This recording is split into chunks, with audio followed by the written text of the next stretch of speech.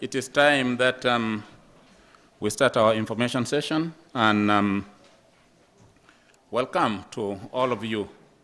It is just a great opportunity to have a room full of passionate people, people who want to find solutions and to respond to the current crisis that we are facing with refugees. My name is Moini, and I coordinate the Refugee Sponsorship Program of Moini Central Committee here in Ontario. We'll be co-presenting with Brian Dick, the National Program Coordinator for MCC in Ontario, based in Winnipeg. We are privileged to have him around, so I'm just so thrilled that he will answer some of the most difficult questions.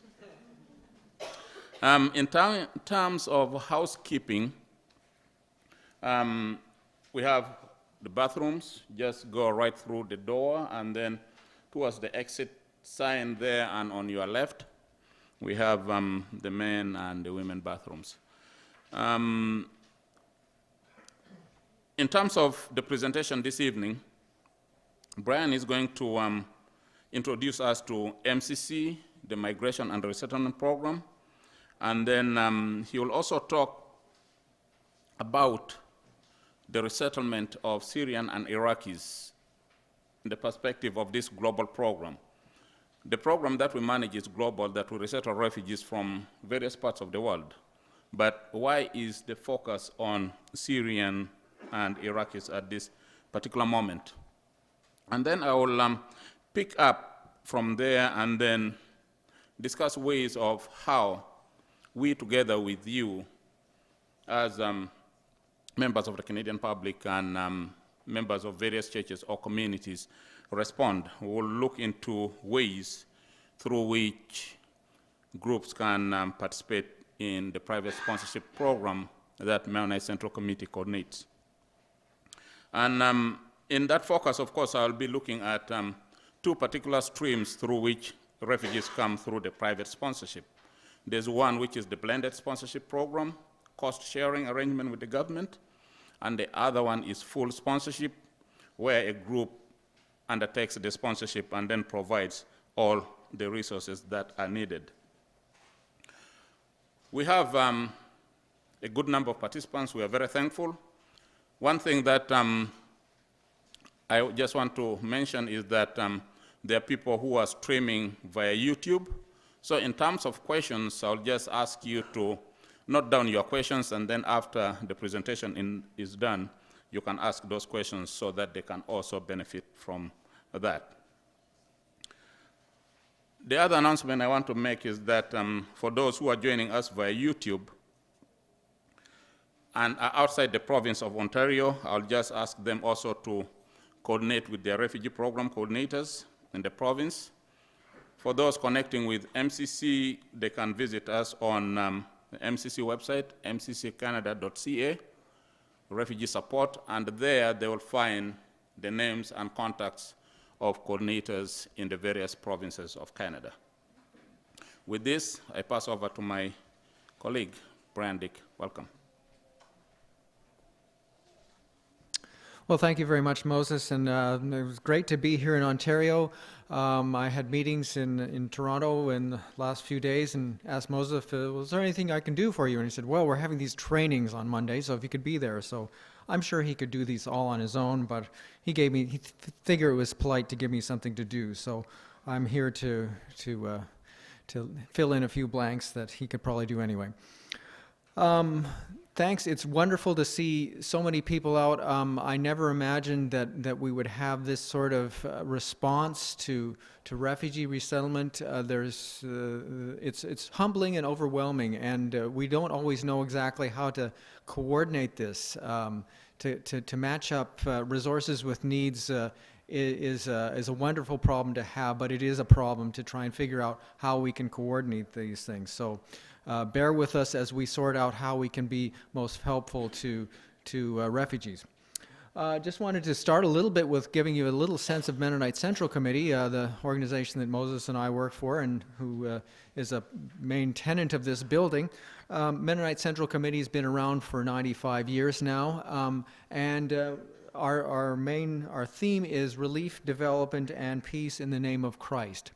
So as we think about those three things, relief, development, and peace, those are the things that we do around the world, and we support that work through the donations that come to us in Canada and the United States.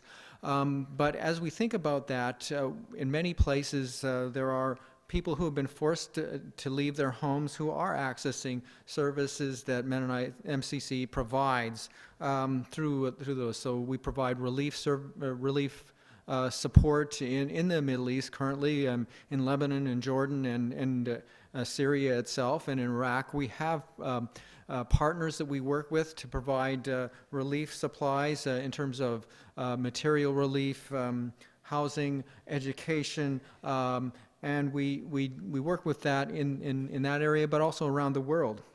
In terms of longer-term displacement of people, we will sometimes work on development for displaced people and help them develop the resources that are around them to survive and have a better life. We do that for other populations, but sometimes people who have been forcibly displaced, we work with that as well. And then very important in this context and many contexts, working with peace building. Peace is really our goal in the region and around the world, and to work with partners in the region to foster interfaith dialogue, to work on conflict resolutions, to do trauma support for the people in the region. Those are some of the important things that we do in this organization to promote peace. But another part of that is resettlement. And we have migration and resettlement is one of the major themes that Mennonite Central Committee works at around the world, and particularly here in Canada. We have been involved in refugee resettlement since 1979 to help people come to Canada who don't have any other options. So that's something that we've done. Now, if you think around the world, there are migrants, people who have had to leave their home for a variety of reasons, or have chosen to leave their homes for a variety of reasons. And the International Organization for Migration estimates that at any given time, there are probably 230 million people who are outside of their country of citizenship for a variety of reasons. So that amounts to about 3% of the population of the earth is currently outside of their country of citizenship. That's a lot of people who are on the move, but a subset of that 230 million is a group that has been forcibly displaced by conflict.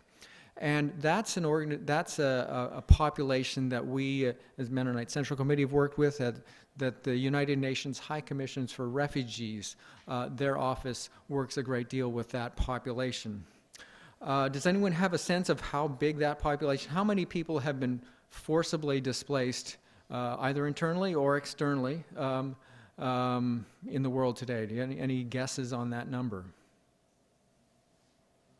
Out of the 230 million, what would you say it is? 23 million? Close. 60 is a little, the number we've been hearing is around 60 million. So somebody's been doing their homework. Good, you get a star. 60 million is the estimate. Now, if we break that down into different categories, there's a number of different categories of these people who have been forcibly displaced. The largest group is what we call internally displaced people, or IDPs, and that's about 38.2 million of this 60 million or so are internally displaced. That means they've had to leave their home because of conflict, but they haven't fled over an international border, and so they would have to. They've left. So imagine, say, if something bad were happening here in Kitchener and you had to go down the road to Guelph. That would be a sad thing for you, maybe, unless you're from Guelph. But then that would be bad for you, but you wouldn't be a refugee. You would be internally displaced in Canada. So that's the largest portion of this. And in terms of our work, while we do work with Syrians, for example, in the country of Syria who have been internally displaced, we are not in a position to resettle them to Canada. The Canadian immigration law does not have a facility for this at this point, at least through refugee resettlement or sponsorship. Another portion of that would be asylum seekers. So this people, if you've seen on the news, you have these many people who are fleeing into Europe right now. They're considered asylum seekers because they're going to those countries and seeking asylum. They're saying, we have been forcibly displaced and we are seeking asylum here. And Canada has laws, asylum laws as well, and people come here to Canada every year and ask for asylum. Without having not being assessed overseas. Another portion of this 60 million is the 5 million or so refugees who are Palestinian and are under the United Nations Works and Relief Agency. And they are in a special category in part because they predate the United Nations High Commission for Refugee. And so they are in a category by themselves, but are considered still refugees. And there are some rare situations where we can resettle them, but it's a lot more complicated.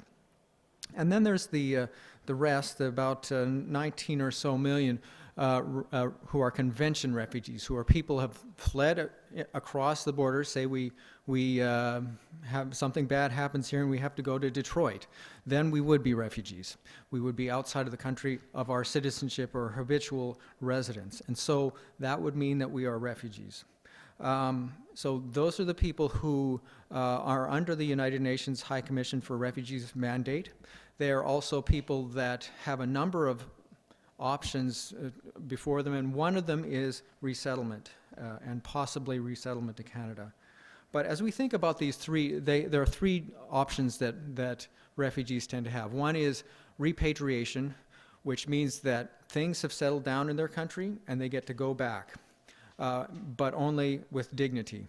If they can go back with dignity and safety, then they are considered able to repatriate or go back to their home country.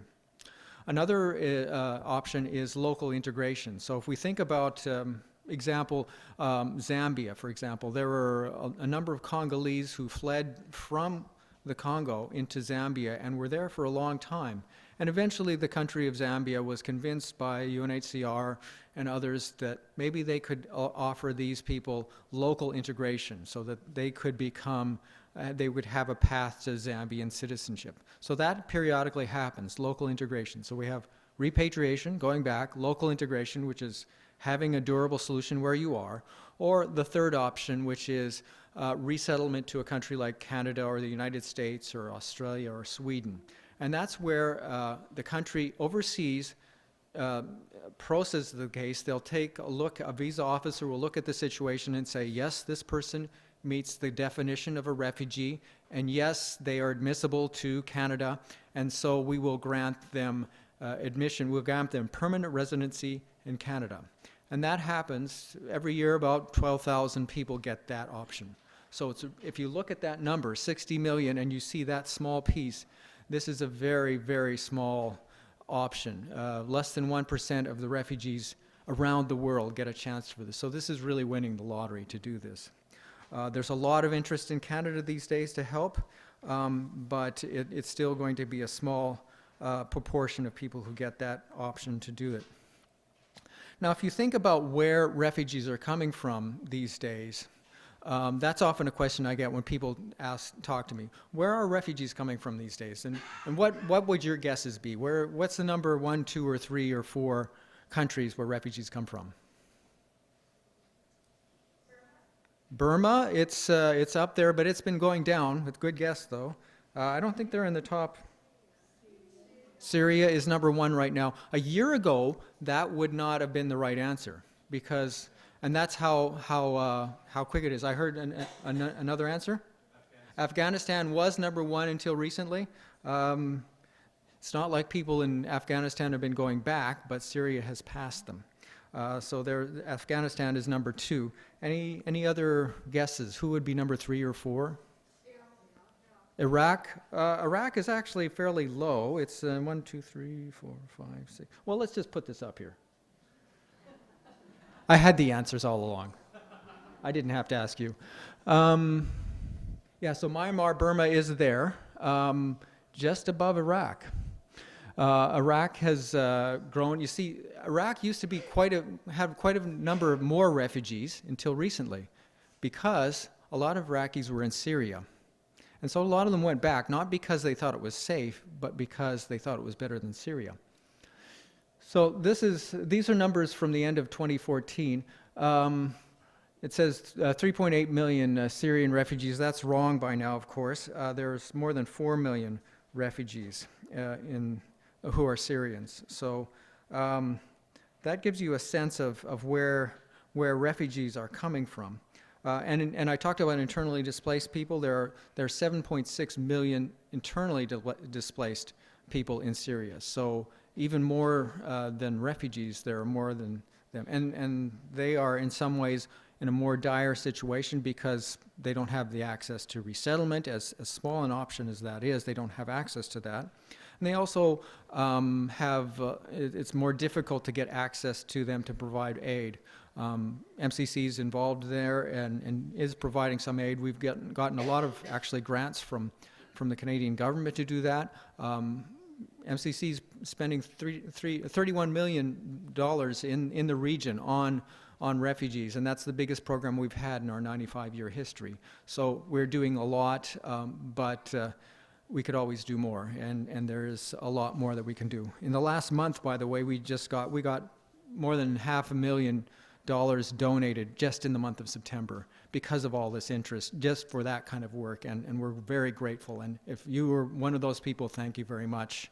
And if you want to be a part of that, we certainly welcome that.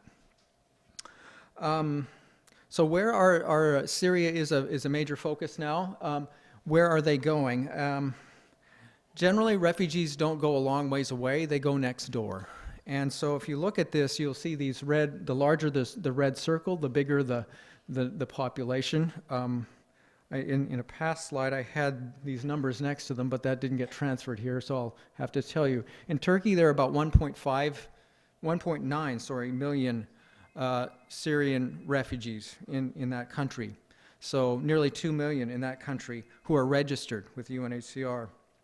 In terms of Lebanon, that's next, and there are about 1 million people there. And that is in some ways the most dire situation because Lebanon is such a small country. Lebanon would easily fit in between Edmonton and Calgary. I think it's the size of, in terms of area, one of the Great Lakes, and I'm forgetting which one it was, one of the smaller ones. So it's not a big place. And about 1 in 4 or 1 in 5 people in Lebanon is a Syrian refugee or a refugee. So it's a really difficult situation there. And then Jordan has about 628,000, so a bit more than 500,000. That's the population roughly of my hometown, Winnipeg. So I think about that periodically, that my entire city is the same as the population of the refugees in Jordan. And then about 250,000 in Iraq, and I don't have the latest stats on in Egypt, but I think there's 120,000 there. So basically people are going next door, and those are the countries that are really bearing the brunt of this crisis. They're the ones who are requiring a lot of help, and they're doing it a remarkable job, but they're getting tired, and so that's something that I think we need to be aware of and respond to. Iraq is another piece of this. Of course, the conflict in Iraq has been going on for a while, and a number of Iraqis have been coming to Canada. The Canadian government has been touting recently how they've brought 20,000 or so Iraqis in the last number of years, which is commendable. We have resettled a lot of refugees over the years as Canadians, but this group has excuse me. This group has grown again, and many of them are internally displaced. So that's, well, there aren't very many Iraqi refugees. I mean Iraqi refugees, there are a lot of internally displaced people in Iraq. So that's another piece of this.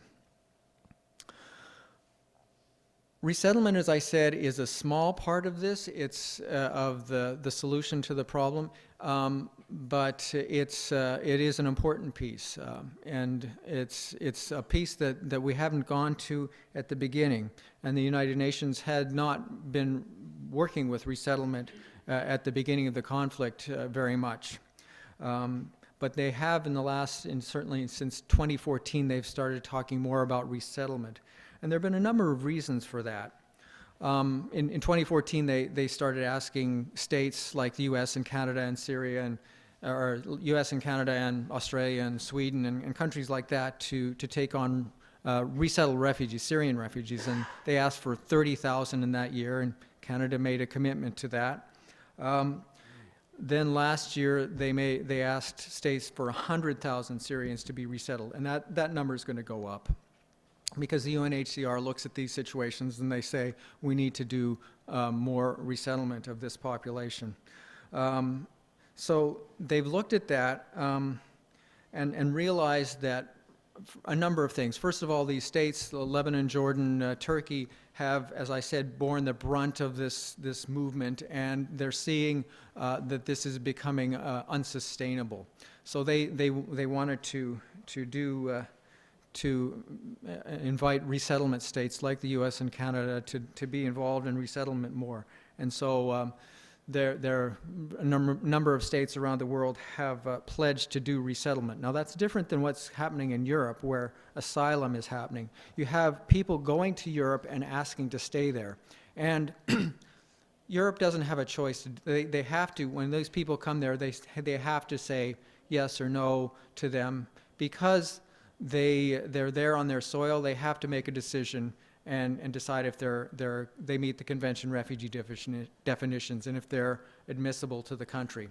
If they are, then they have to keep them there. If they came to Canada, the same would be the situation. We have an immigration and refugee board situation here, where if a Syrian or any other person comes here and makes a claim, the Canadian government has to go through the process and decide if they can stay here.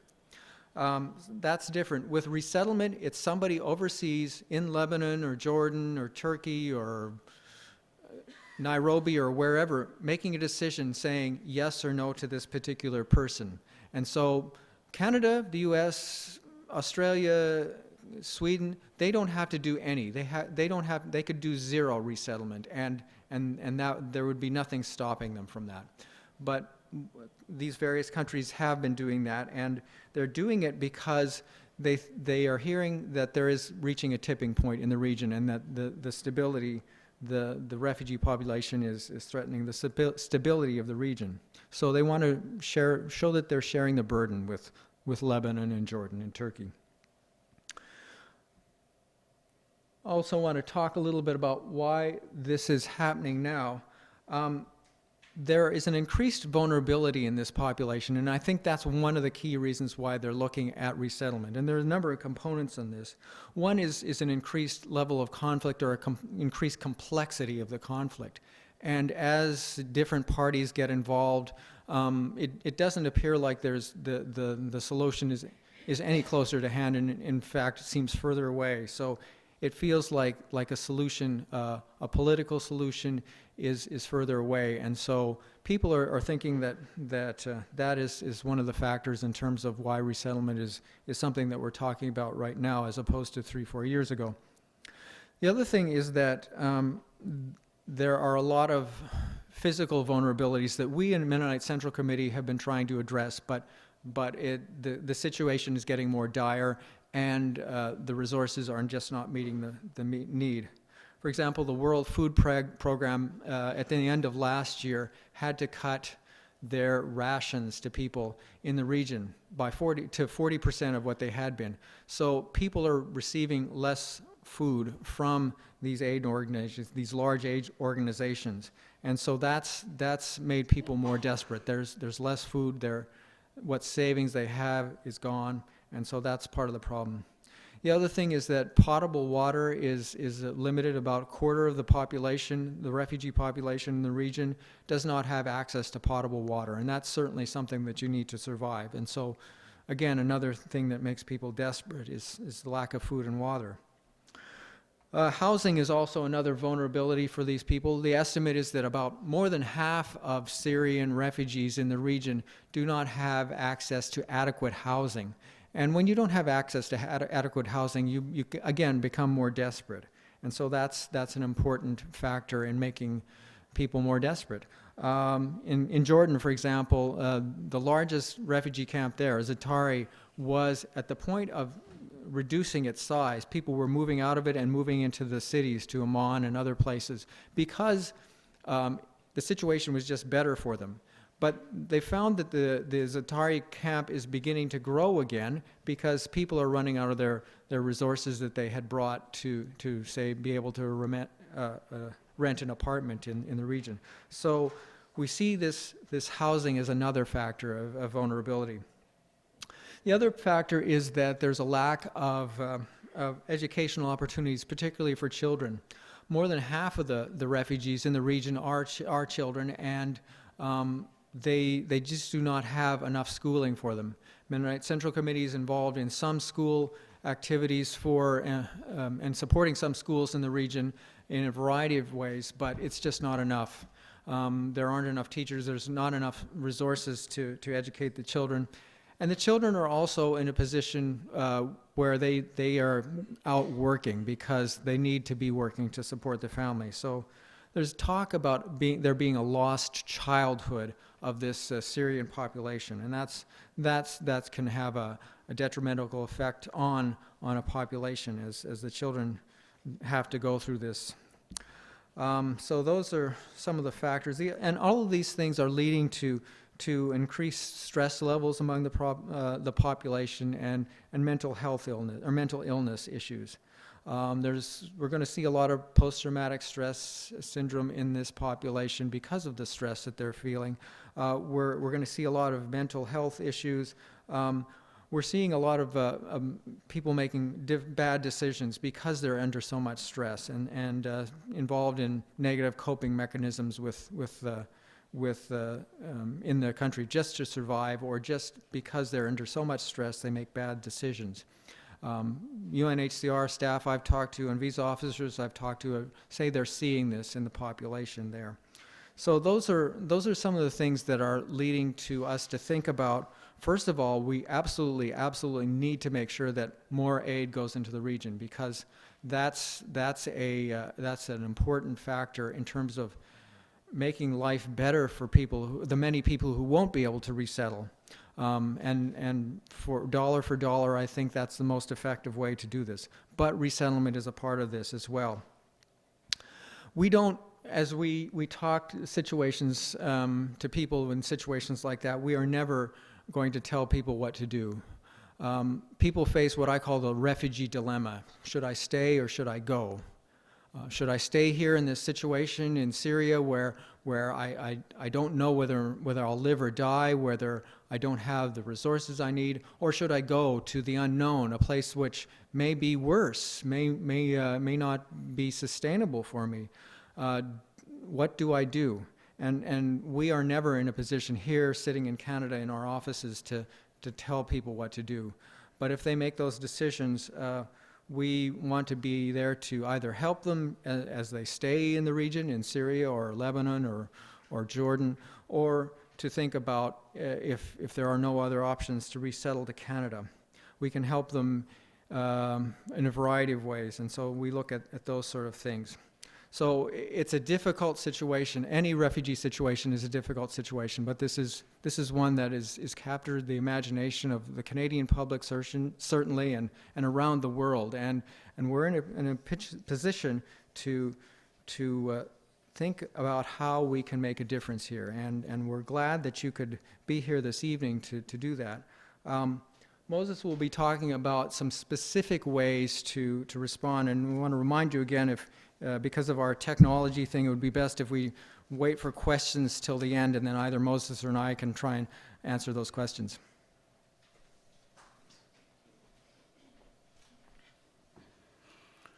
Thanks to you, Brian, for that overview of Moini Central Committee, its work in responding to the displaced people, and how MCC is actively involved in countries like Syria and the countries in which some of those refugees have fled into. And I'm really highlighting the reasons why resettlement now is so critical, more urgent than we have ever even thought about.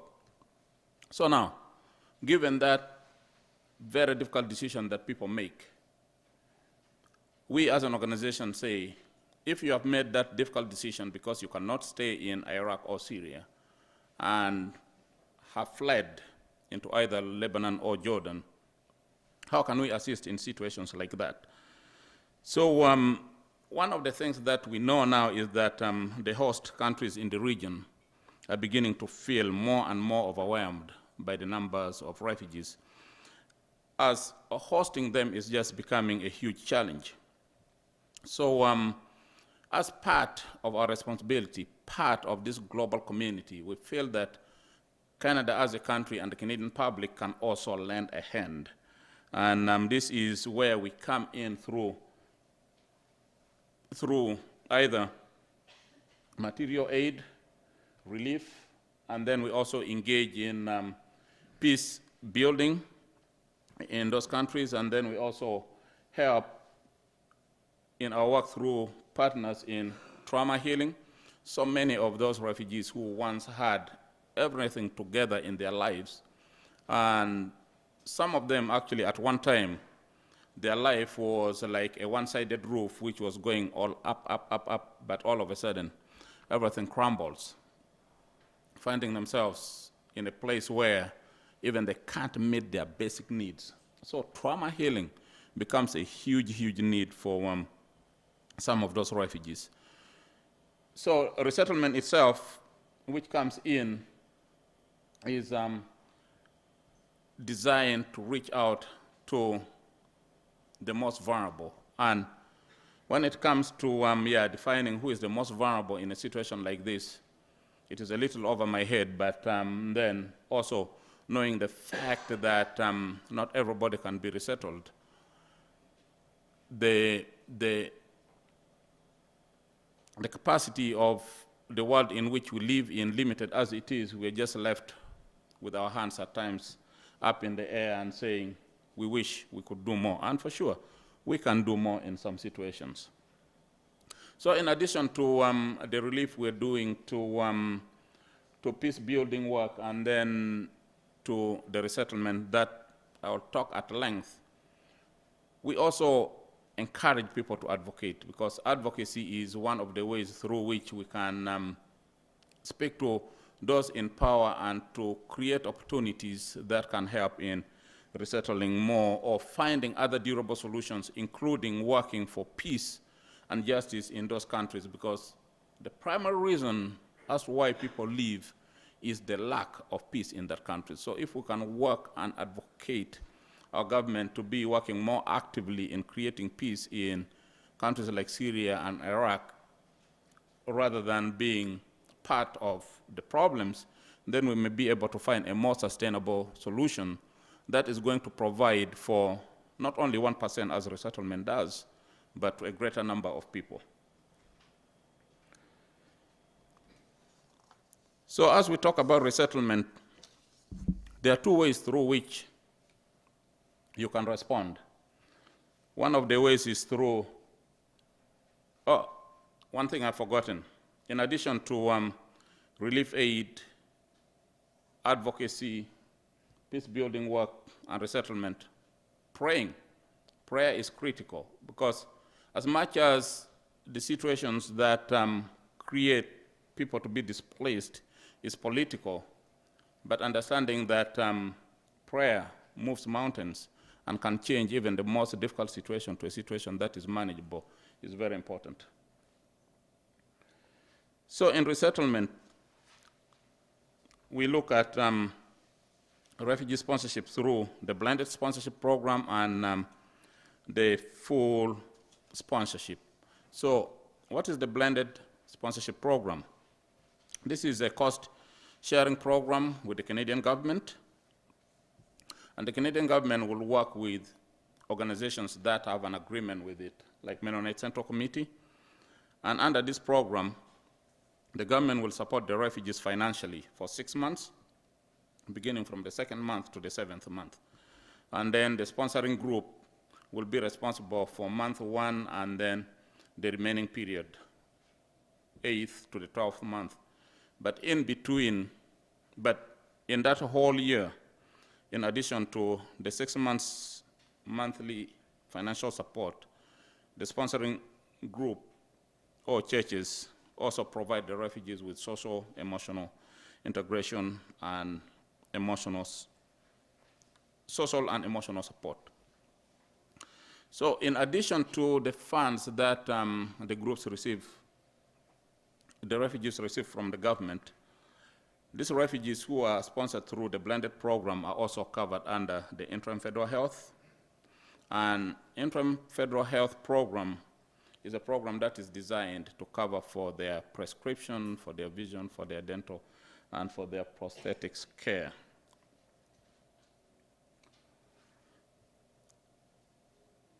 So how does the blended sponsorship program work? Once your group has said yes to sponsorship, I'll ask for the formation of a committee. And once you have formed that committee and have decided on the number of, have decided on the family size to sponsor, have that communicated to me. And after you have communicated to me, then I will communicate with the government to ask for that profile or profiles that meet that criteria that you have informed me about. And once I receive that profile, I'll share that profile with you. And once your group says, yes, we are ready to move with this profile, then we'll begin working on the sponsorship papers.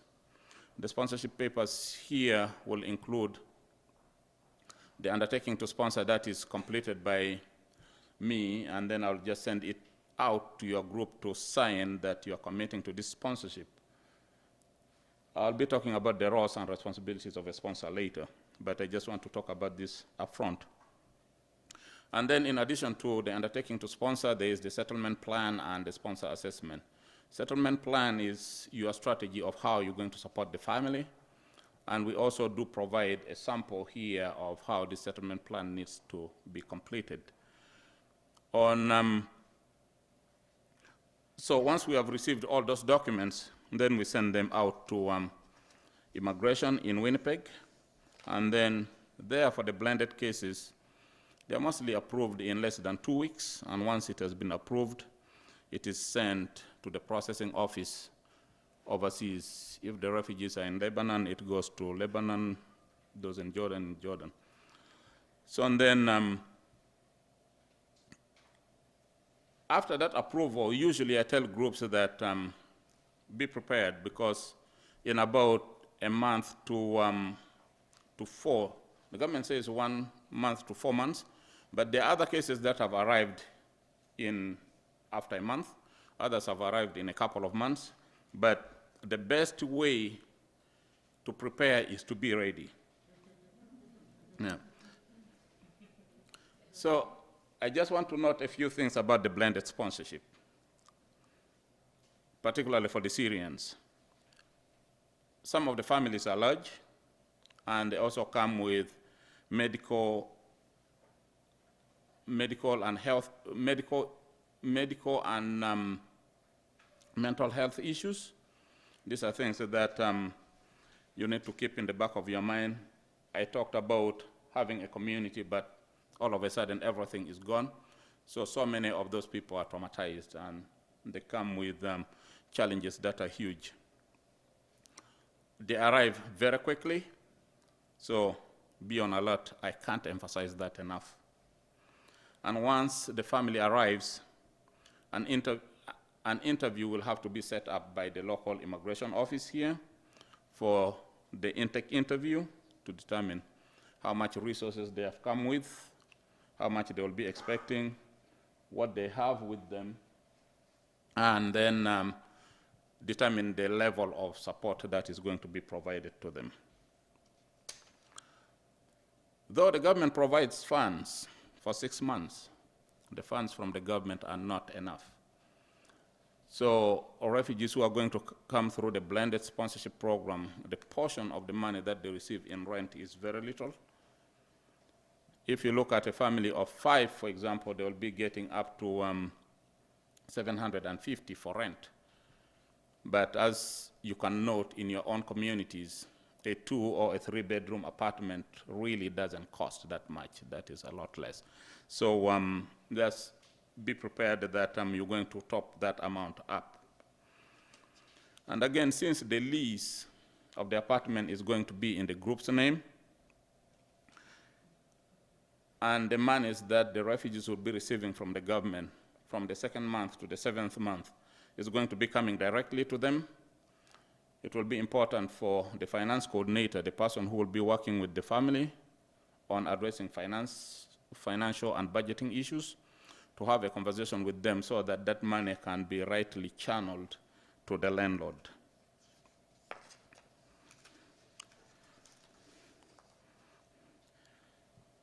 So these refugees, again, as I mentioned, are covered under the interim federal health. Dental is covered, but it is only emergency dental.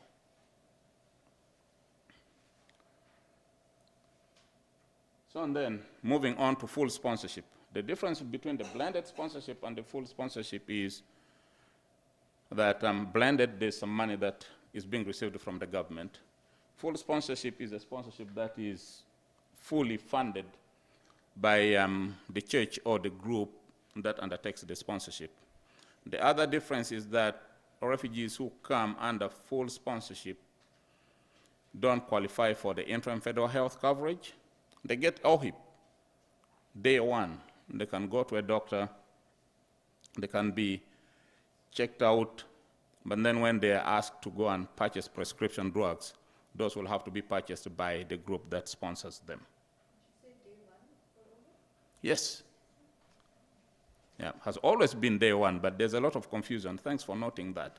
There's a lot of confusion here, even in Service Ontario, when newcomers who are protected persons arrive and they go there, they're told to wait for 3 months, but it is not 3 months, it is only 1 month. So how does the process of full sponsorship begin? It begins by getting all the sponsorship papers ready, beginning with the application for permanent residence in Canada. And this is completed by the refugees overseas with the assistance of primarily the relatives here or the groups who are helping them here, with some advice and support coming from us in Mennonite Central Committee. So what are those application papers? There are 3 pieces. The generic application, this just provides the details about the names of the family, the dates, and then their addresses, and then the other members of that family. And then the other document is Schedule 1, which provides a few other details, but then the part of the application that is critical is Schedule 2, and that is where a refugee will have to make a case as to why they feel that they are refugees, they have been persecuted, and they think that the only durable solution that they can get is to be resettled in Canada. In Schedule 2, the story must be detailed. It begins with what caused the refugees to flee their country, what protection did they ever seek from their country of origin, what route did they take to the country they fled into, have they been registered by the United Nations High Commission for Refugees, and if not, why? Once we have received that completed application for permanent residence in Canada, and then on our part, I will work with the sponsors in completing the undertaking to sponsor, the settlement plan, just like for the blended sponsorship, and then the sponsor assessment. Throughout the process, we'll be working very closely with the sponsors in guiding them through this process. So what are the responsibilities of sponsoring groups? So the sponsoring group for both the full sponsorship and the blended sponsorship are the same, really. So you provide reception upon arrival, initial house setup, providing financial support, settlement assistance, enrollment of children in school, and the parents for English as a second language, and being there as a community for these newcomers. These are people who come from a place where they once had it all together, but all of a sudden they're finding themselves in a new territory, in a foreign land. But then you here are the people who have to make them feel reintegrated into that community and work together with them in that journey. So for both the blended and the full sponsorship, yeah, I did mention about the similarities, but then also the differences. The differences are just the finances and then the interim federal health coverage. So what are the current opportunities? And these are mostly for the blended sponsorship. For a full sponsorship, it can be the sponsorship of refugees from countries other than this. But then not all refugees also from the countries listed here are going to come under the blended sponsorship. There are others who are not. And when we talk about Syrians, not all Syrians are going to be coming through the blended sponsorship, nor the Iraqis. So there will be other groups or other family members who will have to consider to sponsor their relatives under the full sponsorship.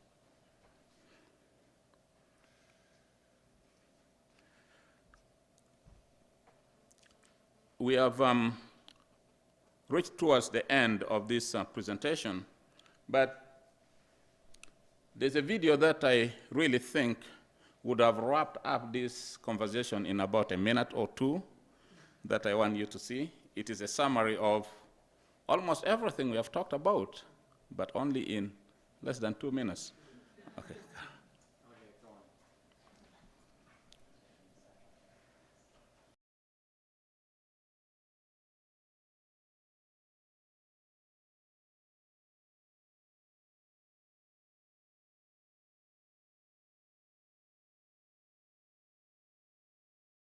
Time since World War II.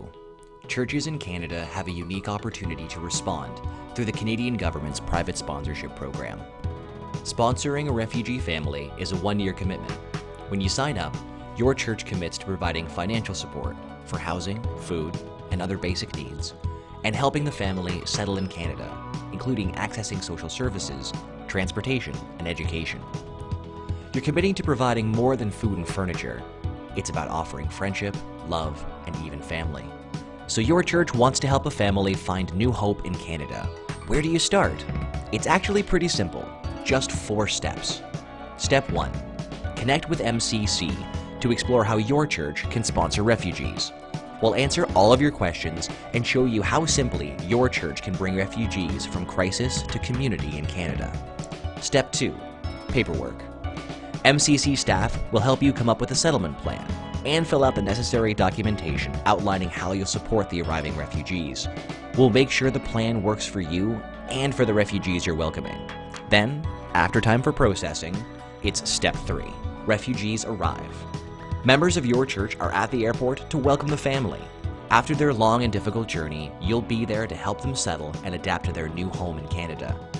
Finally, step 4, community building and integration.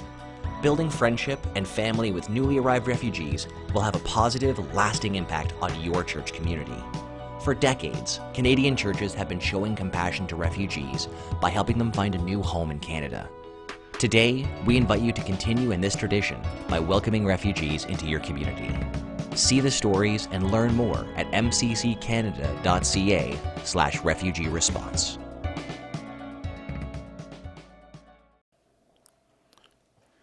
We are very thankful for the Refugee Resettlement Program. It is a program that helps balance that heartbreak with hope. So it is just an excellent opportunity that we are here together this evening as people who want to be part of partnering with MCC and reaching out to give those refugees that hope that we are talking about. We are done with the talking with my colleague Brian. Now we're going to open the floor for questions, comments, and other insights. There may be other questions that we may not have answers to, but we promise that we'll try to find those answers. So, okay, the floor is open for you. And we have a mic there so that you can speak to the mic. Is it okay if I have a few questions?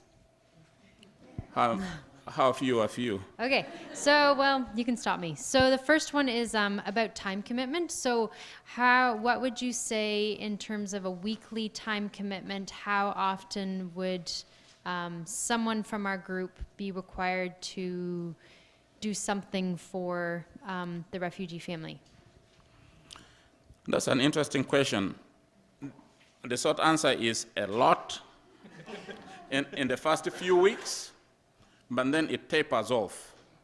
But then the other thing too is it really depends on the needs that the family comes with.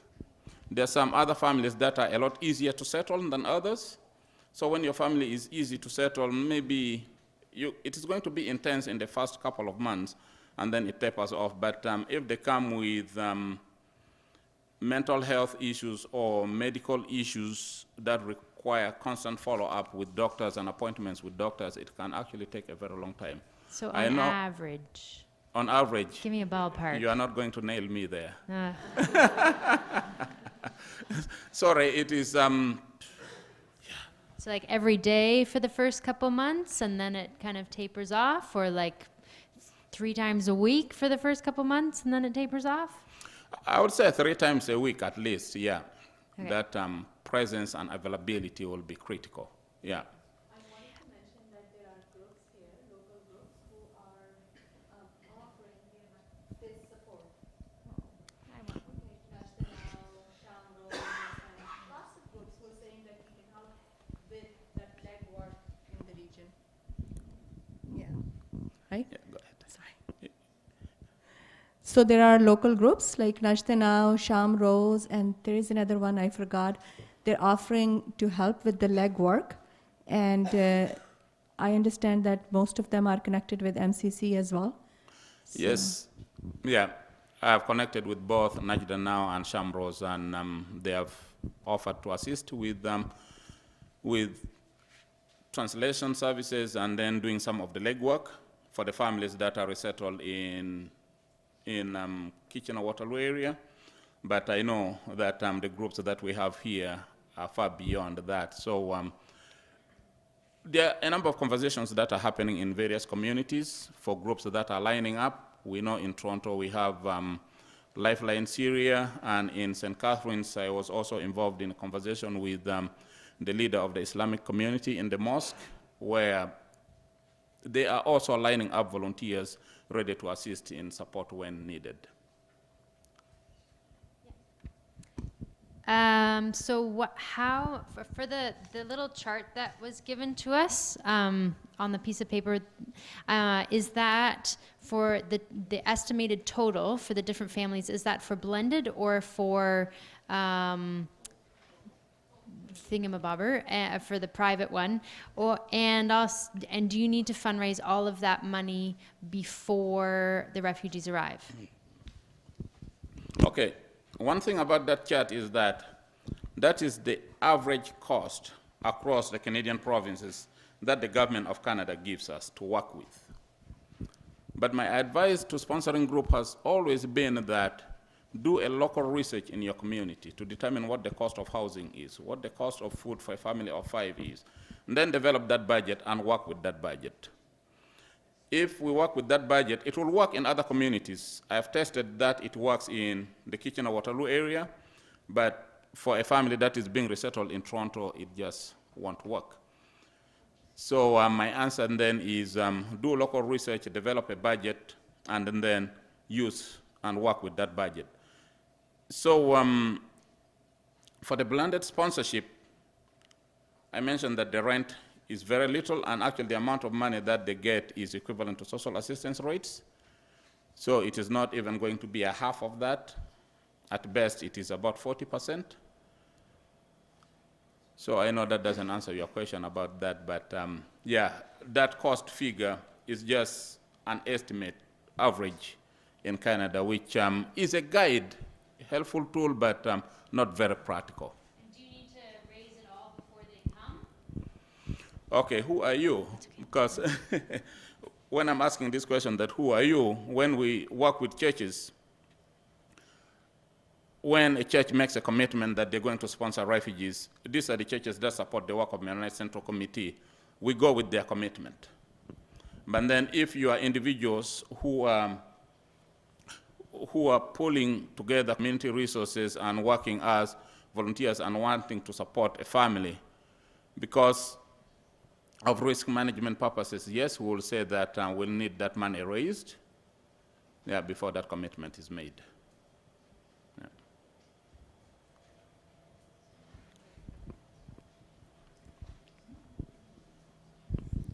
Yeah, good evening, sir.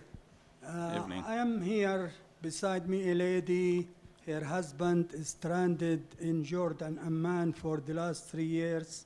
He has been recognized by the High Commission as refugee, and she is struggling to see what can be done. Anything can you advise me, please? When you say stranded, what do you mean? Well, he's there. He cannot come, and he's in refugee camp in Amman. So what he's stranded. Yeah. Anyways, I think we can talk about that later on. Yeah, if that is helpful, because I'll just want to know what has been done so far. What has the wife here done to help with his sponsorship or his coming to Canada? Okay. So we can have that conversation at. So I may have the chance to meet with you and her to chat about it. Sure. Thank you very much. Yeah, no problem.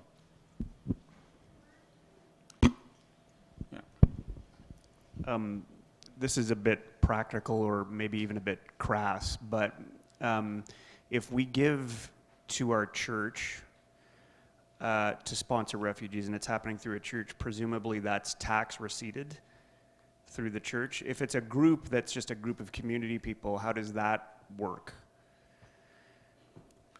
Yeah, if it is through the church, yes, that will be, you'll be issued a tax deductible receipt by the church. If it is a group of well-meaning Canadians who want to reach out to a refugee out there who is not related to them, MCC will help with the creation of what is called a gift registry that you can put that money into, and then we'll issue tax deductible receipts for that purpose.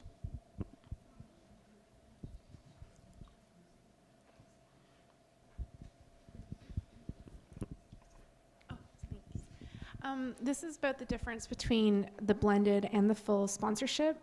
You mentioned that there's no guarantee that you will get a Syrian family with the blended, but you will get that with a full sponsorship. Is that correct? No. No? I said that not all Syrians are going to come through the blended program. So if my community, my neighborhood, we're raising money right now for a Syrian family, we want a Syrian family in our community, should we not go the blended route? Or should we do the full? Because it would be really, well, of course we'd want to help everybody, but it'd be disappointing if we don't get a Syrian family, because that's how we got everyone on board. Right now we're receiving several blended profiles for Syrians. So if your group is ready tomorrow or next tomorrow, we may be able to match you by next week with the family. So we would, okay, that's great. Yeah.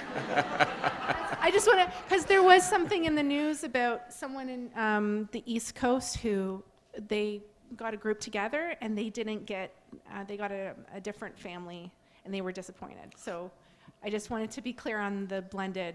True, and I need to speak to that because, yeah, say about 3 weeks ago, the Syrians profile, there were pretty much no Syrian profiles, but as of 2 weeks ago, we have started receiving several Syrian profiles. So the situation has changed. Yeah. I noticed on the list you didn't, of the countries, you did not have Afghanistan, and we were interested in a family from Afghanistan. Yeah, you'll have to go full sponsorship. But that is interesting because when you talk about Afghanistan, I'll ask you first of all, where the family is at, in which country they are in right now. And then two, the resettlement program, truth be told, is a political program, and we don't know why other families make it for blended sponsorship and others don't. So Afghanistan, one of the countries that produces a very high number of refugees, has not been on the blended list for the past 3 years. Do I know the reason? No, but your option, you do? Okay. But yeah, you do have the option of sponsoring them through full sponsorship. But Brian knows why Afghans are not on the blended list. Okay, I know they already have their refugee status. Okay, yeah, I mean, part of it, you're right, everything in our lives is political, and there are political reasons for that.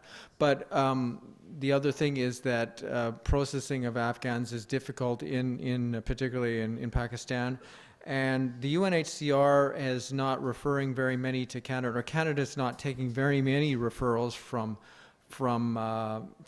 of Afghans in Pakistan, primarily because their private sponsorship file there is full, and so they're trying to clear out the number of private sponsorship cases in there, so they're not taking any UNHCR referrals in Islamabad. And the blended VOR program is always drawn from UNHCR referrals. So if you don't have any UNHCR referrals of Afghans, then you're not going to get any blended VOR. So that's why. Thanks, Brian. Does that answer your question? Hi, we are from Guelph, and we were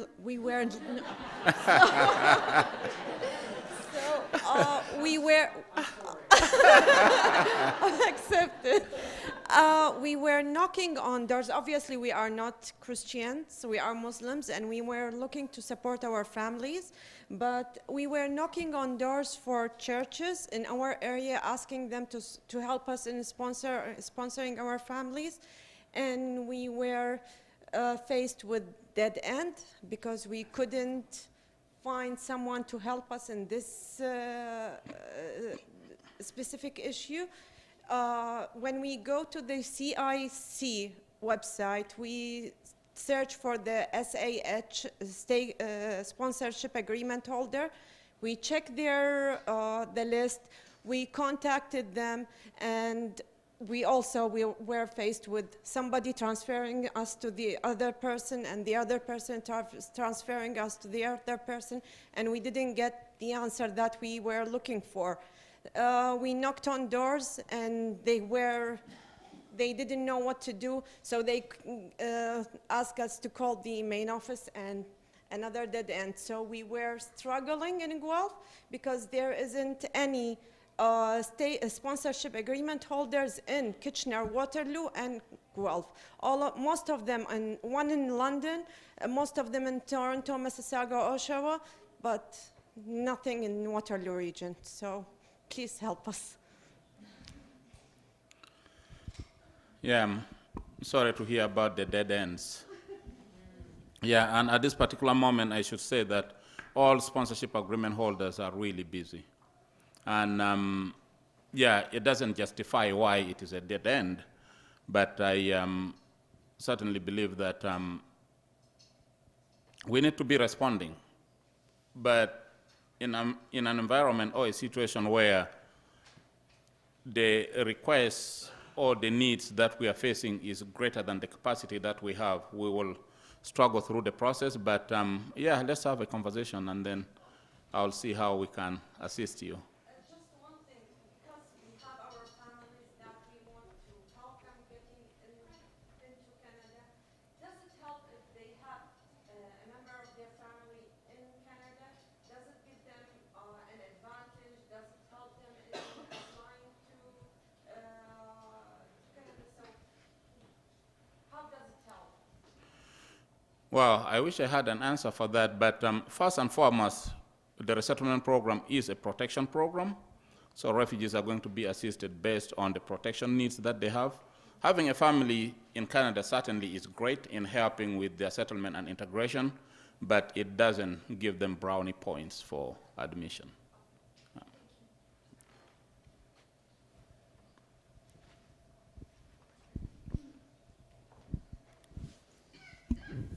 Thank you. If we put, on a blended program, we put together a budget for a year, submit it, and it's approved, and we go through the process, so we fund the first month, the government, whoever funds the next 6 months, and then we do the rest. What happens when you get to month 10 or 11 and we're kind of running short of funds? Is that up to, as I understand from what I hear you, that's up to the group to kind of kick in to kind of make up that difference to get to the 1 year. Is that correct? Yes. So, yeah, if Okay. you run out of steam, then what? And this is really one of the reasons that we require that the funds have to be in place Yep. before that commitment itself is signed.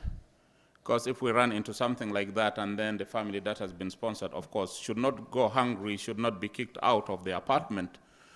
If those two things happen, then they can go and apply for social assistance, and they will get the social assistance, and then the government of Canada is going to come to us and say, Mennonite Central Committee, you sponsored this person. So we have advanced them, if it is $2,000 or $3,000, so pay that money back to us. So that liability becomes ours as an organization, and yeah, it can be daunting, really, if we don't have all the resources in place and have ensured that we have managed our risk well.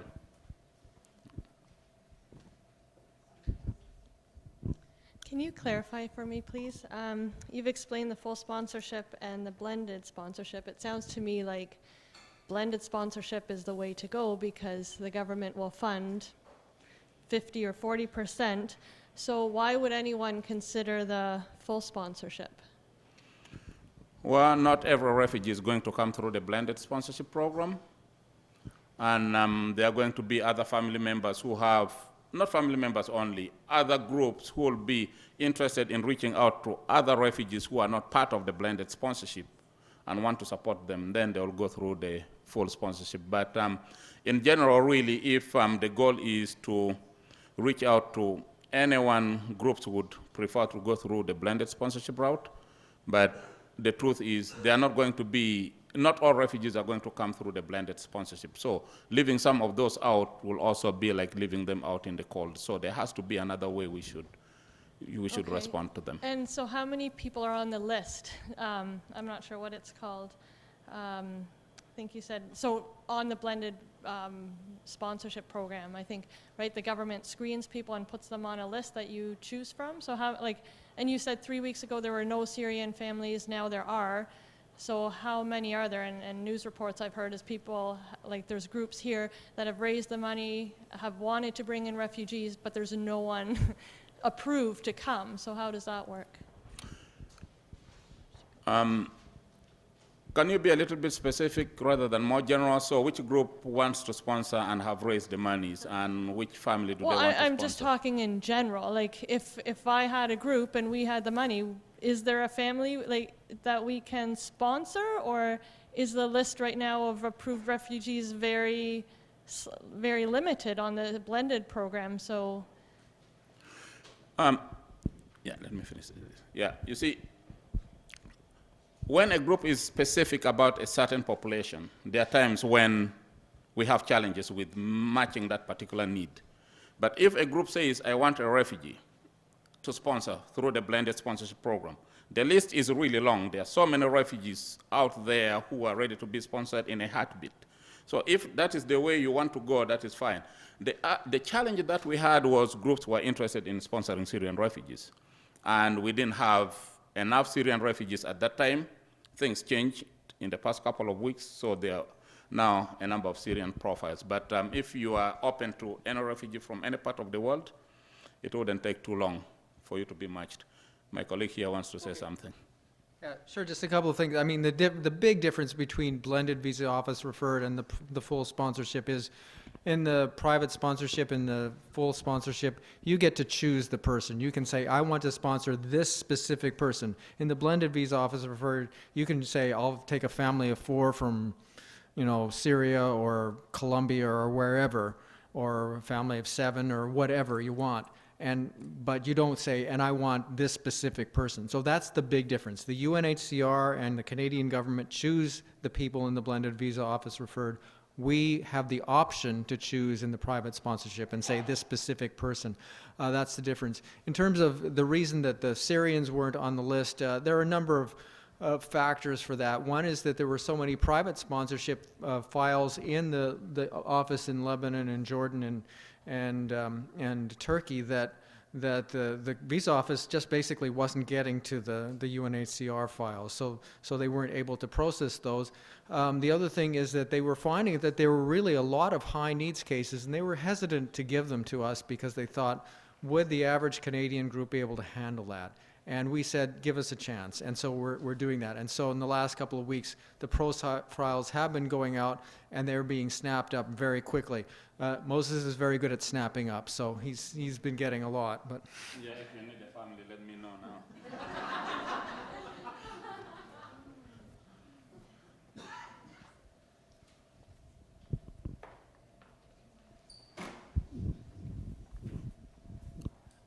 Thanks. So just to be clear, if we go through this process and with MCC, we put together a plan, we put together a budget, and you approve that budget before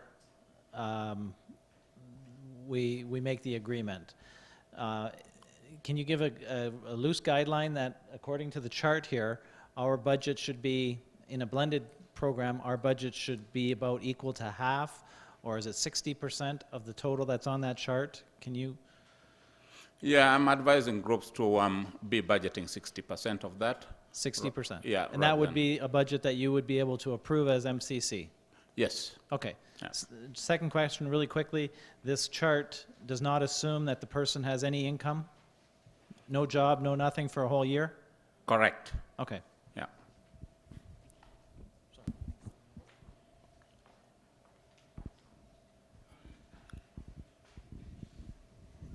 Getting the money together is one thing, but the mental and emotional support for getting counseling for them, is that something that comes out of the group's pocket? Like, some of that would be beyond most of our being able to counsel some of that post-traumatic stress, and with language barriers and so on. If you're in a little bit more of a rural community, how do you get that support for them? Yeah, that is a very good question. We have services like those in some of the major cities, like Kitchener. We have KW Counseling. We have, sorry? Christ? Horizon is the new name for Mosaic. Oh, Mosaic. Oh, yeah, I was thinking of Mosaic. Yeah, okay, thanks. So we have some of those services here that can help refugees who are resettled here. But then, yeah, in the smaller communities, I don't know. Brian, would you have an answer for how refugees in smaller communities would be supported? Yeah, he did actually a lot of resettling of refugees in smaller communities like Altona in Manitoba. So. yeah, I mean, before I was in the national office, I was doing Moses's job only in Manitoba. And there were a number of smaller communities, as small as 1,000 people, who were sponsoring a lot of people from places like Iraq and Sudan and Colombia. And they weren't always high needs. There were some high needs cases, but they had some opportunities in terms of in rural areas in Manitoba, and I think to a certain extent in Ontario as well, you have settlement services that are funded by the federal government to do that. And I see some nodding of heads, so that's true. And that's something that you would need to do as you prepare your settlement plan. Look at what the resources are available in your surrounding communities for mental health and health in general, for schools and things like that. In terms of, as I looked at the rural and small town settlements, there were a couple of things that I saw that made for a successful settlement, where you had these people from another place in the world coming to a very homogeneous kind of small town Manitoba place, rural Manitoba. And it could really work because small towns can be very friendly, and I'm a strong believer in small towns. But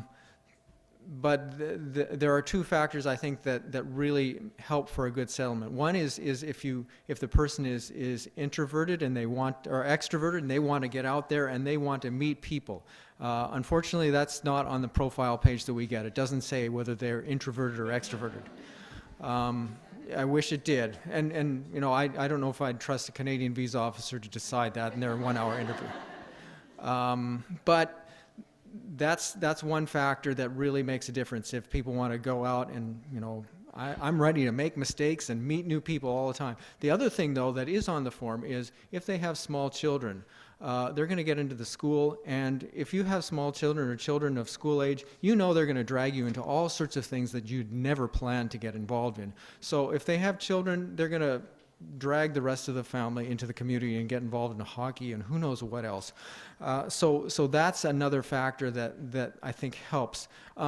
It can be challenging. I've seen some great, wonderful, beautiful settlements in rural areas. I've seen some that didn't work so well, and it's sometimes hard to tell, but I'd say sometimes it's worth the risk.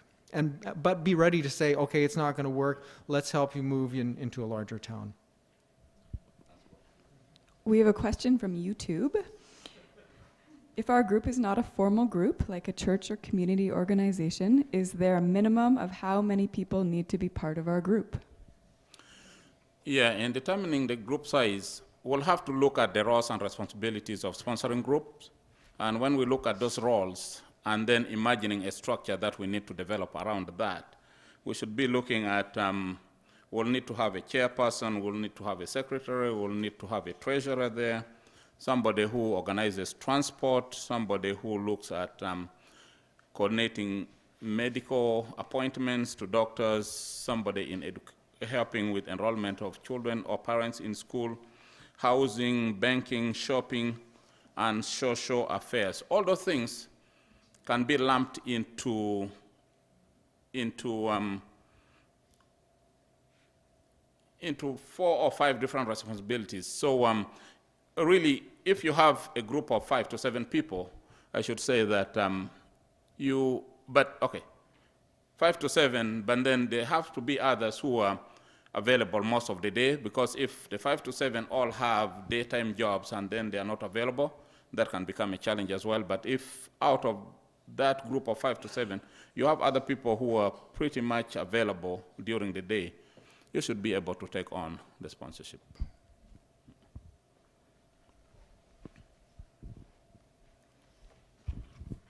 Thank you.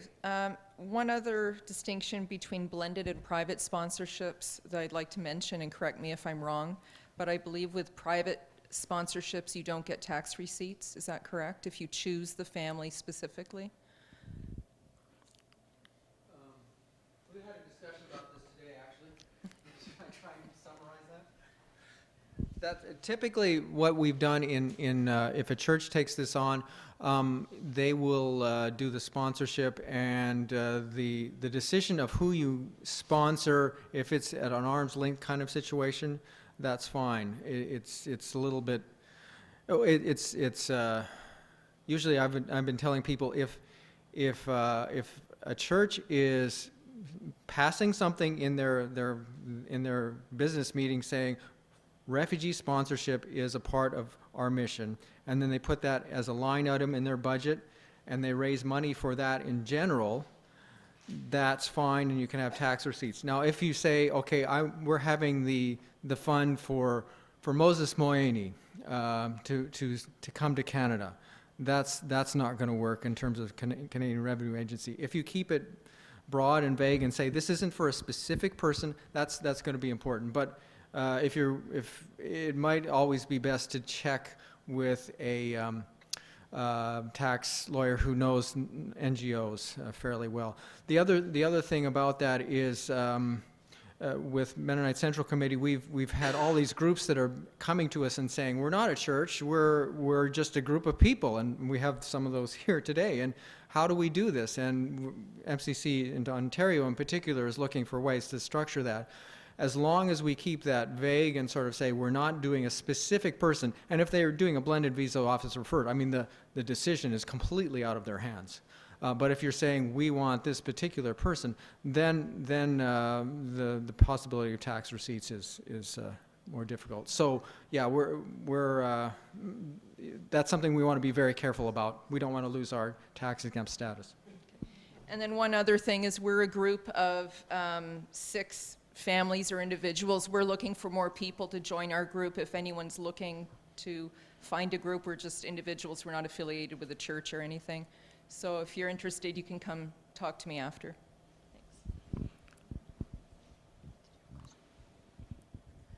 So, can the settlement service workers assist with some of the settlement needs? Yeah, I'm sure they can, but it will depend on their availability. If they're available to help with volunteering, we connect most of the new refugees. Oh, sorry, not refugees. Most of the newcomers that we sponsor to settlement services to get some support there. But will that support only be provided during 8:30 to 5:30 time of work, or if they're available after work and want to come and provide another support, hey, that will be another added support that groups, I'm sure, will appreciate. Yeah. Thank you. My question was that this may have been mentioned before, but what happens after a year? How are they supported, after that 1 year mark? After a year, a number of things can happen. There are families that have come here, and after 2 to 3 months, they find work and begin supporting themselves. So by the time the year is over, they are well into their independence and able to meet all their needs. There are others who, after a year, may not even have the language skills to be able to find work. So support for them will need to continue, but then that will have to transition from the sponsors into the social assistance system.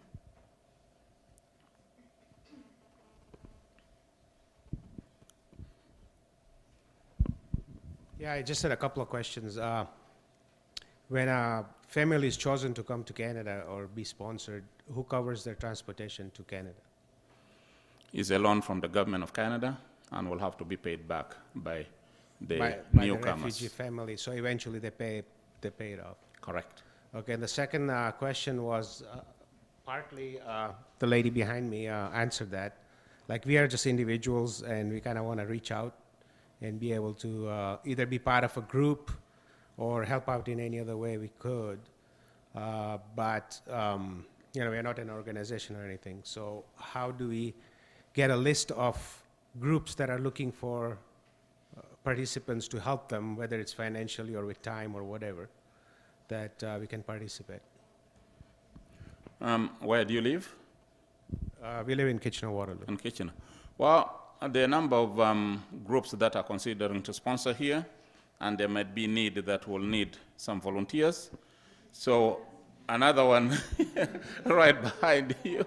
Okay, so all right. Is there a list or? No, there's no list, but certainly if there are people who have made expressions like that we think it's important to keep that list, we can, but thanks for bringing that up. I think we can keep that, but now I think we have connected you with a group of people that you can begin working with. So you are off the list. I just had a question regarding a family physician for the refugee families. Does MCC help us with that? Because as you know, the doctors, it's difficult to get on that list to get some physicians. Wow. We would love to do that if we had the capacity, but unfortunately we don't. We can provide a list of physicians. I know in the KW area there's a list of the various services that are offered, and a list of different professions in different fields, including doctors, that can be assessed by the groups that are involved in the sponsorship. But will the doctors have room for additional patients? That is another question, but I've traveled through this area a little bit, and there are other places where, doctors are accepting new patients. So that might be a possibility, but it will depend also on, where are these families located. So all those factors need to be taken into consideration, but can you speak a little bit to that about availability of doctors? And I was thinking first we have that Dr. Stevenson Refugee Clinic and also Kitchener Downtown Community Health Center. Yeah. The refugees are one of the mental health groups. I'm just sitting here and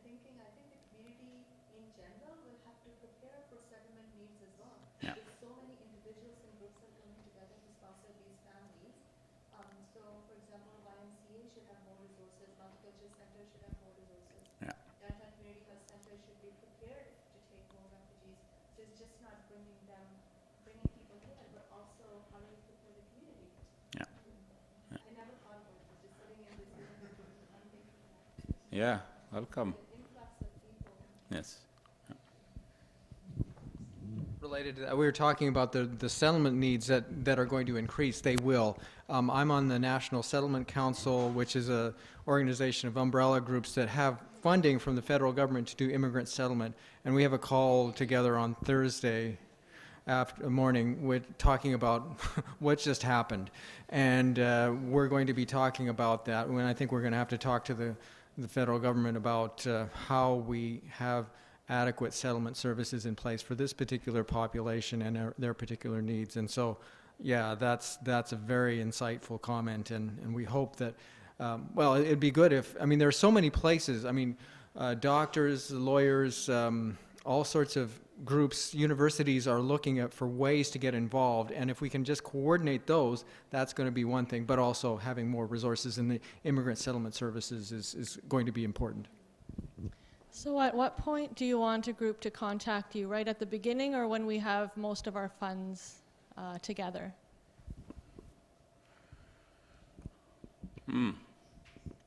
I would say that, yeah, when you have most of your funds together, that would be the best time. Because as the profiles come, those profiles are matched quite quickly, so if you contact us a lot earlier, there will be really no point reserving a profile for you, as it will have been sponsored by the time you're ready. So I would suggest that, yeah, you contact us once your funds are almost 3/4 way. I just have a quick question. There's a group of us, and we're interested in going through the blended family commitment. And if our proposal is approved, do we get enough notice to be able to find an apartment for the family? And if you don't, and they come, and you can't get an apartment till 3-4 weeks later, am I correct with my assumption that it's our responsibility to house them in our homes until we get the apartment? I have a church in St. Catharines that received a 2 weeks notice. 2 weeks notice that their family is coming, and the first thing they did was to call me and say, can the family wait?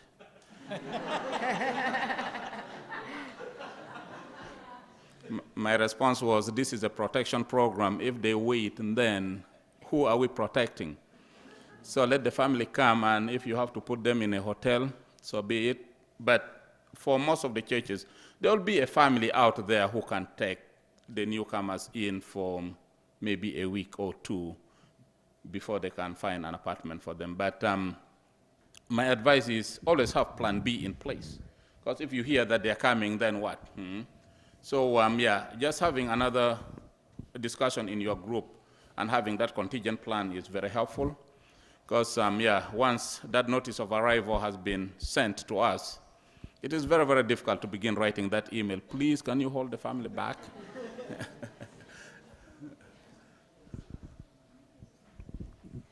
Can you give us an idea, the countries that are under the blended program, on average, how long have these families been in the camps?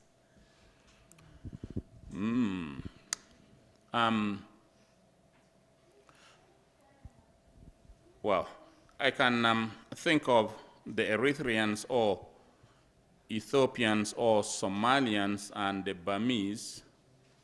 I would say that some of those people have been in protracted refugee situation for over 15 years or more. And there are others actually who have been, who were born there actually and got married there and had children there and even became grandparents there. So the Eritreans, for example, in Sudan, have been there from 1991. Or even, no, actually, a lot earlier. Some have been there for a lot longer. And the Somalians, since 1989, some of them have been living in refugee camps in Kenya. And then the Burmese. Yeah. So, yeah.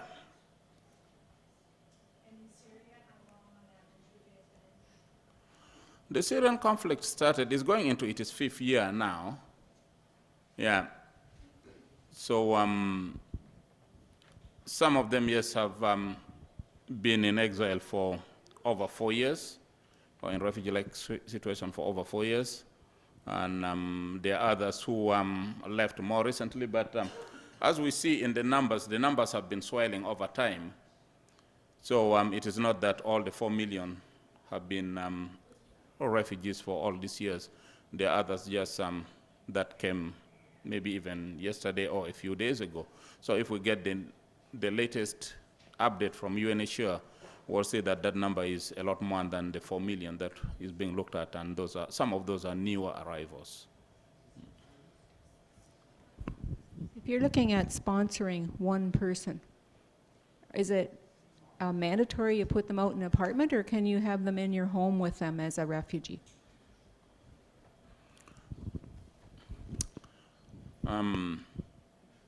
It is not mandatory to put them in an apartment, but just in case the person chooses not to live with you, and then what?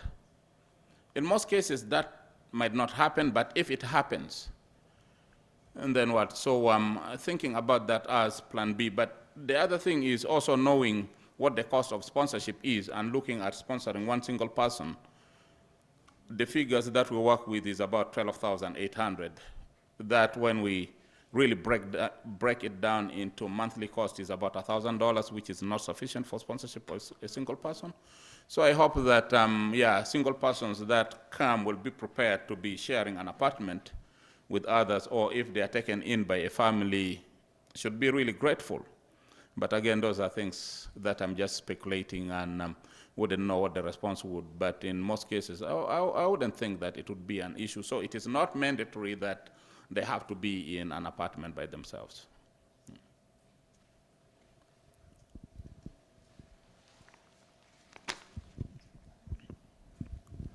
So let's suppose that a family was not doing this sponsorship route, but instead wanted to make large contributions to local nonprofits that were doing mental health or other kind of health work or some other way of welcoming these folks to our communities.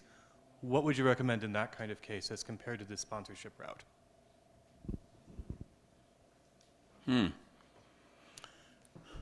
I'm not clear about that question, but can somebody help me with that question? Okay. Yeah. Yeah, sure. Oh, this. If you're thinking of making a large donation, you might want to make sure that the organization understands that this is for a certain purpose and they're ready for it. I think it's a very good idea.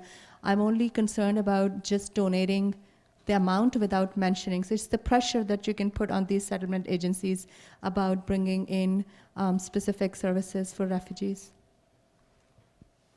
Very helpful, thanks. Does that answer your question?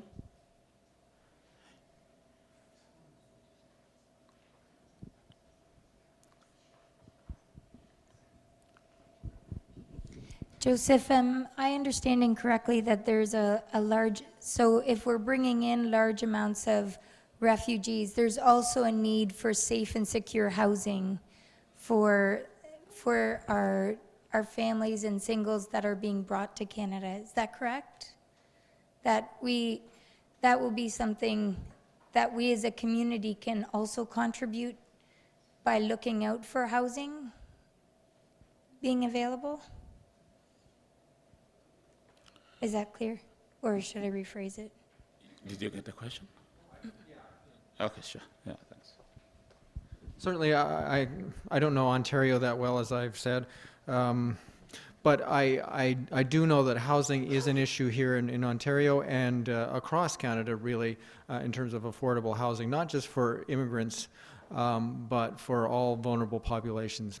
And so that is a very important thing. MCCs across Canada are involved in housing issues and a number of agencies. And I think advocating for that, just for immigrants, but for other vulnerable populations would be an important thing. I don't know who's working at it in Ontario. I know that the Manitoba government has been working at funding that. It's maybe not enough. There needs to be some a federal housing policy to address this issue, not just for immigrants but also refugees. So, you have a follow-up on that, or?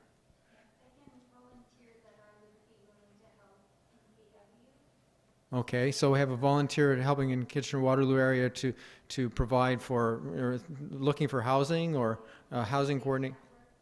Yeah, that's one of the biggest struggles in terms of newcomers in terms of finding affordable housing. It's a big piece. Okay, we'll need your contacts. Okay. Another YouTube question. Are there many singles and couples who are needing to be resettled through the blended program, or is it mostly families? There are several couples. There are many singles, actually. I know of several singles from Eritrea, from Iraq, who are on the list. For the Syrians, most of them are families of the average of 5. So, yeah, for person who is interested in singles or smaller families, we do have those available. And just a reminder from our YouTube audience to speak into the mic if you can.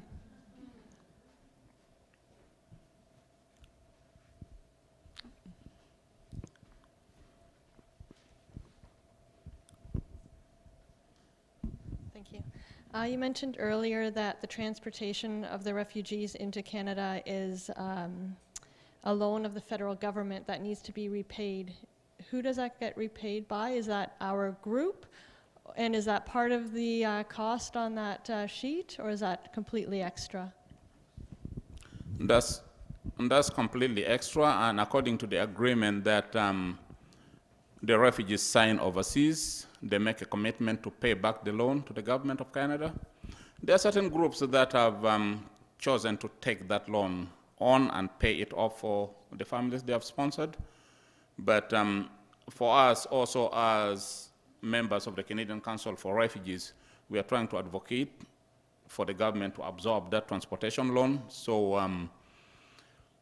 I've been frankly discouraging groups from paying that because it weakens our advocacy voice. But as groups or as sponsors, we align with your passions. If you say you're going to pay it for the refugees, we say, go ahead, bless you. And if you say, well, you don't want to weaken MCC's advocacy voice, we also say thanks. Is there a time frame when it needs to be paid back? Yes. Is there a time frame for when that needs to be paid back to the government? Yes, and that depends on the amount of the loan. Yeah. So I don't have the list here, but loans up to $5,000, I believe, needs to be paid in about 5 years. 3? We shouldn't make up numbers. I don't know. I have the book. Okay, I'm glad I carried this resource with me. Okay, for oh, if I can find it now.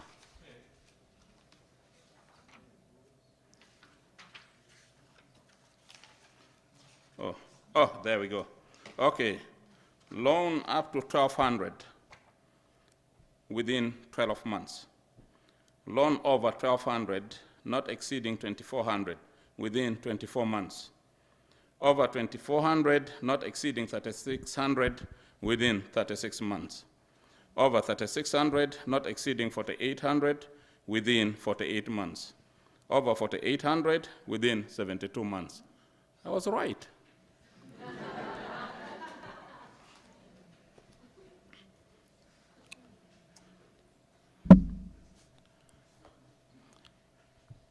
Any other question? Or are we all ready now to say yes to rolling out the red carpet and welcome a refugee family? maybe we heard about this issue. Big city which has a bus, transportation system ready, or a small community doesn't have any at all, or even there's no doctor's office in the town. Which do you prefer, or which do you see the potential success or not success, or which the family prefer, anything like that? We sort of, or I assume that, I heard someone said, okay, well, people might do better with a city who has, transportation, doctors, all that support is there, so they can do more, maybe become independent quicker than depend on someone who drive for you.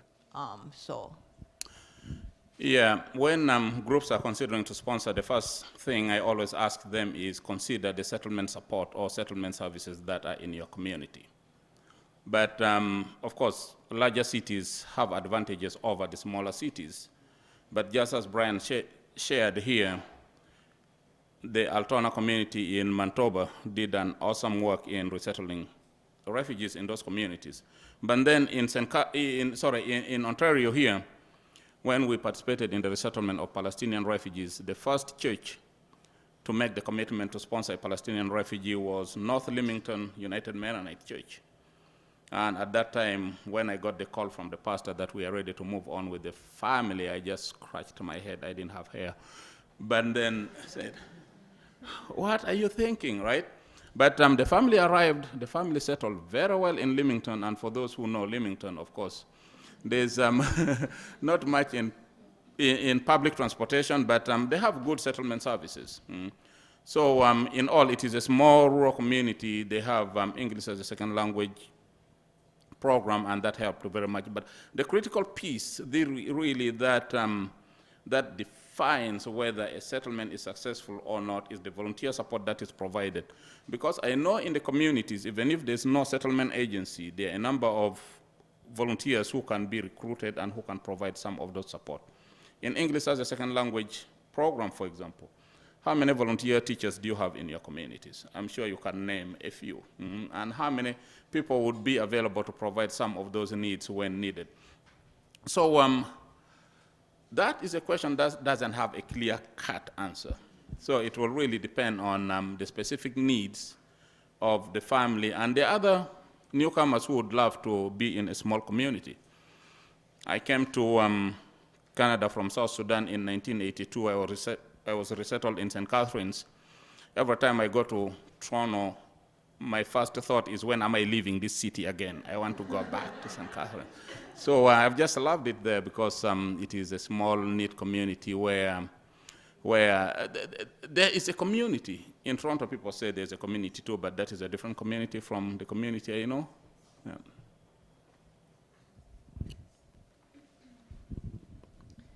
I was wondering if you have a list of community groups that have been successful in sponsoring a family and who have gone through the process in a year and would be willing to offer their advice to a community group that is starting, so that they can ask questions and learn from their mistakes or from what their experiences in that year.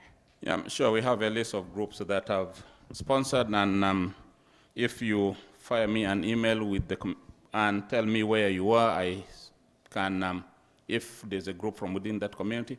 Which community are you from? Downtown Kitchener. Oh, okay. Wow. Several people you can be linked with here, yeah, who have settled successfully. But of course, when we talk about successful settlement of a family, does not mean that there were no challenges at all. They will always be there. So, yeah.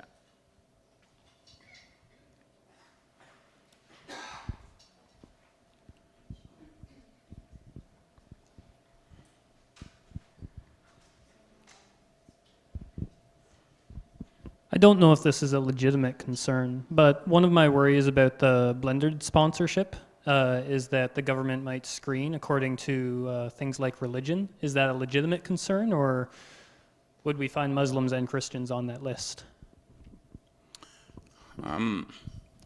I would say that it is mixed. I cannot speculate really whether it is 50-50 or 25-75. But for most of the Syrians that we have been resettling, I should say I still wait to see a Christian profile. There have been groups that want to sponsor Syrian Christians, but we haven't seen that profile yet. So using that population just as an example, most of the profiles that have been coming through have been for Muslims. But there are other groups within the blended sponsorship program who are Christians as well.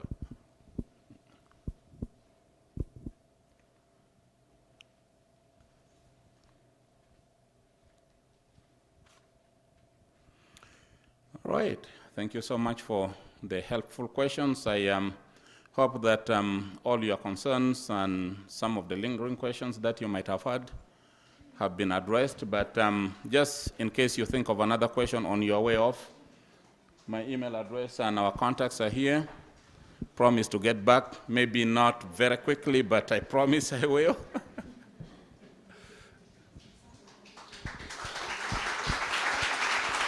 Thank you.